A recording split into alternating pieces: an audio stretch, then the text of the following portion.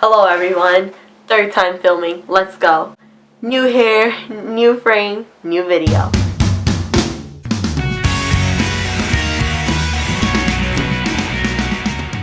So yeah, I'm a third year in college and I thought that I would be knowledgeable enough to know what are survival tips for going through probably one of the most stressful periods in your life. And again, I'm only like 20 years old. What would I know about stressful? But right now, it has been quite stressful to me. A few tips to help any of y'all out there going through the struggle. And trust me, once you get here, the struggle is real. First tip is to remember that your GPA isn't everything. And really, it's what the college experience is that is important. A lot of people, I think, tend to forget that like a GPA is just a number, a test grade is just a number. It doesn't mean that once you get a 50 or a test, you have a 2.0 GPA and you're failing college, that you're like, it's okay, it's whatever. I think numbers, those kind of things, help to push you. You should be working harder if you do want to maintain this certain thing.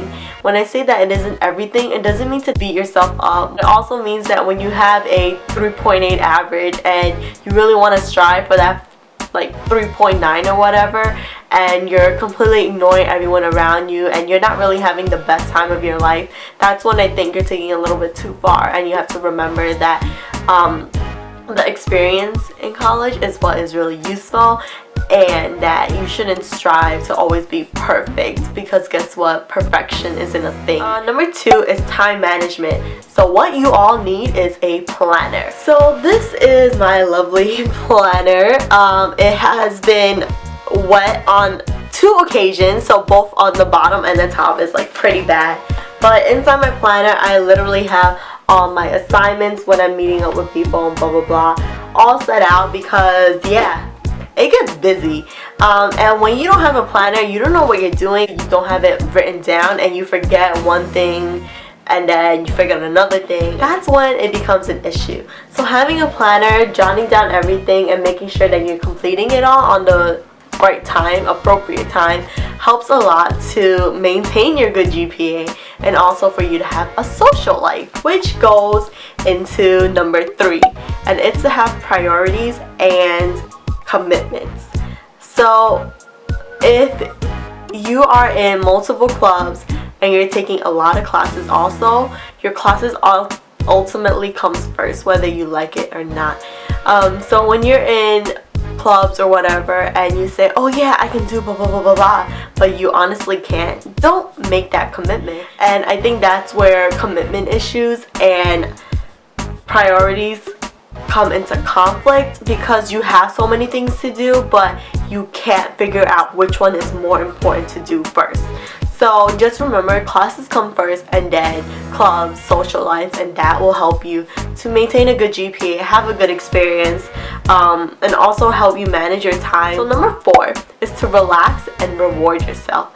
2 very, very important words. So when you're so busy, you kind of forget that you have time to just sit for like 5 minutes.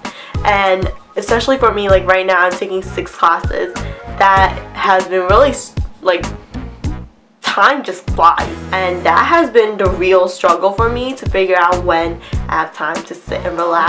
But I remember to always say to myself, you know what, when blah blah blah day comes, like you can relax, then like you can watch whatever drama you're watching or just sit and just listen to music, something like that. Number 5 is to head over to the gym. Now, I'm not saying that like if you don't go to the gym you're just gonna be a bum. The reason why you should go to the gym is not just to like be fit and have like a good looking body. It goes with relaxing. A lot of people, I think, don't associate gym and relaxing together. They kind of see gym as like a chore, like, oh, I have to go to the gym, like, oh, I have to work out. But I see going to the gym as a way to release all the stress that's been going on in my mind, physically having the energy to actually carry out a lot of these tasks during the day. And trust me, there's some cute looking guys at the gym. Next one is to surround yourself with good people. And I literally thrive off of conversations and my social surrounding. So if you surround yourself with good people, and like, hello, I've been in college for 3 years. It's taken me a while to figure out who I like, what group I like, and what group I don't like. So So you're not gonna find the best of people the first year you're in college or even second year in college, and you might not even find them in the last year of college. Make sure wherever you are, whatever circle you're in, that you're happy and content with the people who are in your circle, because guess what? Whether you like it or not, your environment will change and affect you in many ways. So make sure you're surrounded by a positive environment. So that goes to number 7, and that's to get out of your comfort zone. The only way you're ever gonna find like different people and stuff is if you put yourself out there. And I think that's really hard for a lot of people, like including myself. Like there are a lot of different people out there, and when you go into different clubs, and that's personally how I've been able to find my social groups, that's when you start realizing who you don't like and who you do like, and what kind of social environment you like surrounding yourself with.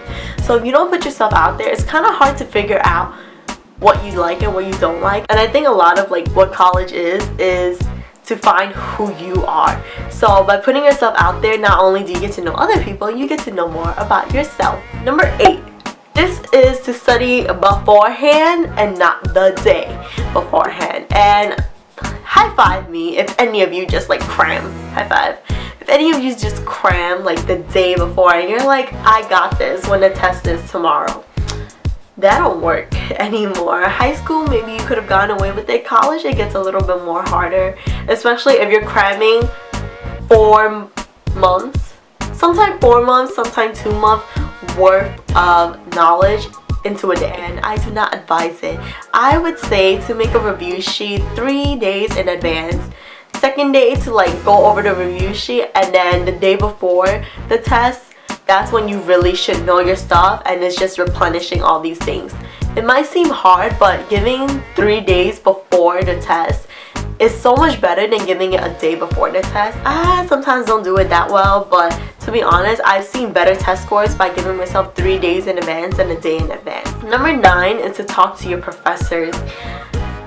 First off, they're the ones giving you your grade. If they know what you're up to and what the things you're going through and stuff, they'll be more lenient to give you extra credit, to give you extensions. So talk to your professors and see what's up with your progress in class. Like, are you doing bad? Are you doing good? How would you know if you don't talk to them? So I think your professors are really key. They know a lot of stuff, whether you think so or not. They're professors because they love their thing. Like, some professors can't teach because they just love what they're researching so much, but there's professors out there who really loves communication and really want to get to know their students. If there are professors who really care less about what you're doing in college and your classes, then you know what, F them. You will find better professors. Go to ratemyprofessor.com, talk to your classmates who've taken classes in whatever you need to beforehand, and make sure you're getting the good professors. And number 10, now this is gonna get real serious. Internships and work. So internships are vital into getting a career in the future of what you want to do, because I cannot pay back the 4 years that I did in college, and I went through so much in college. Why would I settle down with a job that doesn't suit with what I want to do with my life goal and why I went to college? So internships are really important because that helps you build your resume. When you're doing any interviews, like, just go all out. Make yourself seem like you are the boss, you are the shit. Because guess what? That confidence really shines out to whoever is interviewing you. So that goes into work and finding a real career. Now, if you're going to be working and also have classes at the same time, remember that yes, your classes always comes first, but also to have a job that you know they'll be lenient to you if you are a college student. And if you are working and having a job at the same time, make it a job that you can put on your resume and that you'll get something out of it, whether it be you're improving your time management skill, you're improving your communication skills. That is it for this video.